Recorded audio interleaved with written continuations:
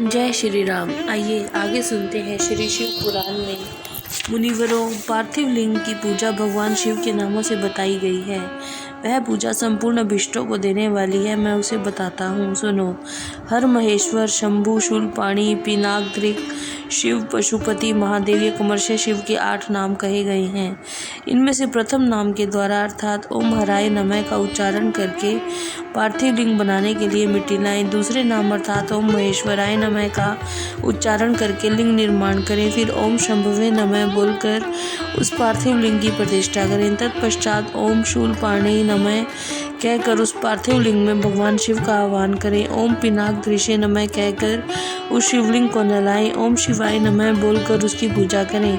फिर ओम पशुपते नमः कहकर क्षमा प्रार्थना करें और अंत में ओम महादेवाय नमः कहकर आराध्य देव का विसर्जन कर दें। प्रत्येक नाम के आदि में ओंकार और अंत में चतुर्थी विभक्ति के साथ नमः पद लगाकर बड़े आनंद के और भक्ति भाव से पूजन संबंधी सारे कार्य करने चाहिए। षडाक्षर मंत्र से अगन्यास और करन्यास की विधि भली भांति संपन्न करके फिर नीचे लिखे अनुसार ध्यान करें। जो कैलाश पर्वत पर एक सुंदर सिंहासन के मध्य भाग में विराजमान है, जिनके वाम भाग में भगवती उमा उनसे सट कर बैठी हुई है। सनक सनंदन आदि भक्तजन जिनकी पूजा कर रहे हैं, जो भक्तों के दुख रूपी दावानल को नष्ट कर देने वाले अप्रमेय शक्तिशाली ईश्वर हैं, उन विश्व विभूषण भगवान शिव का चिंतन करना चाहिए। भगवान महेश्वर का प्रतिदिन इस प्रकार ध्यान करें। उनकी अंग कांति चांदी के पर्वत की भांति गौर है। वे अपने मस्तक पर मनोहर चंद्रमा का मुकुट धारण करते हैं। रत्नों के आभूषण धारण करने से उनका श्रीअंग और भी उद्भासित हो उठा है। उनके 4 हाथों में कमर्षय, परशु, मृग मुद्रा, वर और अभय मुद्रा सुशोभित है। वे सदा प्रसन्न रहते हैं, कमल के आसन पर बैठे हैं और देवता लोग चारों ओर खड़े होकर उनकी स्तुति कर रहे हैं। उन्होंने वस्त्र की जगह व्याघ्र चर्म धारण कर रखा है। वे इस विश्व के आदि हैं, बीज रूप हैं तथा सबका समस्त बहर लेने वाले हैं। उनके 5 मुख हैं और प्रत्येक मुखमंडल में 3-3 नेत्र हैं। इस प्रकार ध्यान तथा उत्तम पार्थिव लिंग का पूजन करके गुरु के दिए हुए पंचाक्षर मंत्र का विधि पूर्वक जप करें। विप्रवरों विद्वान पुरुष को चाहिए कि वह देवेश्वर शिव को प्रणाम करके नाना प्रकार की स्तुतियों द्वारा उनका स्तवन करे और चतुर्वेद का पाठ करे।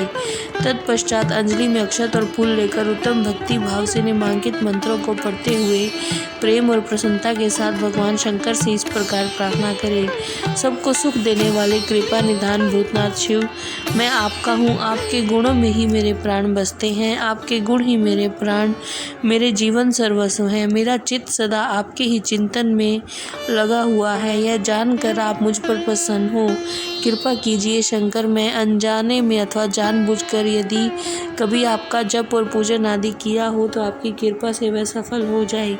गौरीनाथ, मैं आधुनिक युग का महान पापी हूँ, पतित हूँ और आप सदा से ही परम महान पतित पावन है। इस बात का विचार करके आप जैसा चाहें वैसा करें।